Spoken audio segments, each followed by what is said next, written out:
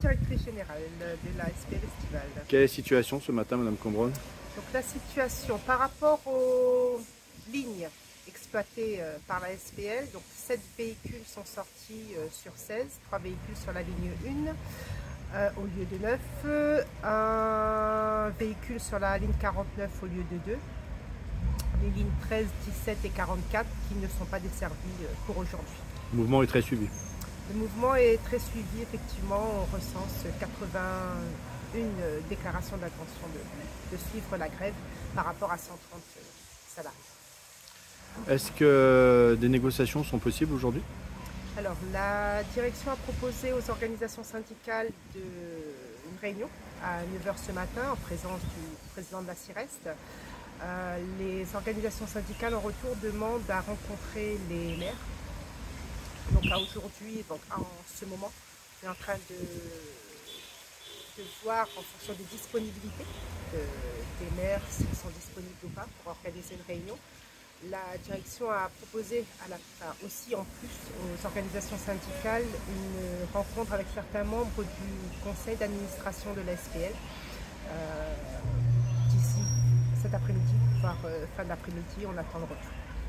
Et leurs revendications, est-ce que vous les entendez, vous les comprenez? Est-ce que vous trouvez qu'elles sont justifiées?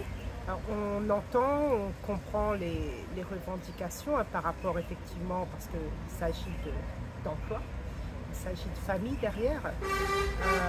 Après, la difficulté, c'est que certaines revendications nécessitent de remettre de l'argent sur la table. Donc aujourd'hui, la SPL n'a clairement pas d'argent. Donc des revendications qui sont plus tournées vers la CIREST.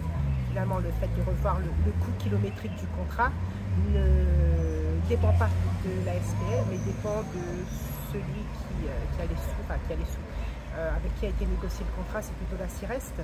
Donc on entend, on comprend, mais par contre, au niveau de la direction de la SPL, on n'a pas forcément les moyens de répondre favorablement à ces revendications aujourd'hui. Le mot d'ordre numéro 1, c'est non au licenciement. Est-ce que c'est possible? Non au licenciement, est-ce que c'est possible? Ça pourrait éventuellement être possible si il y a le delta, les sous qui sont apportés sur la table.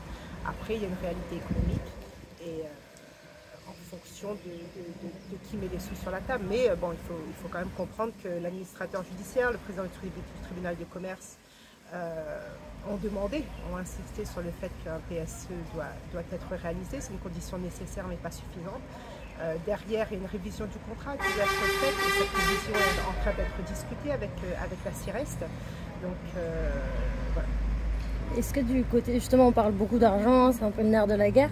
Est-ce que vous, par rapport aux affirmations des syndicats, est-ce que vous trouvez aussi qu'il y a eu des ingérences à ce niveau-là? Je vais laisser les organes de procédure qui sont sur le dossier en tirer les conclusions. Donc je ne vais pas forcément me prononcer là-dessus. Okay.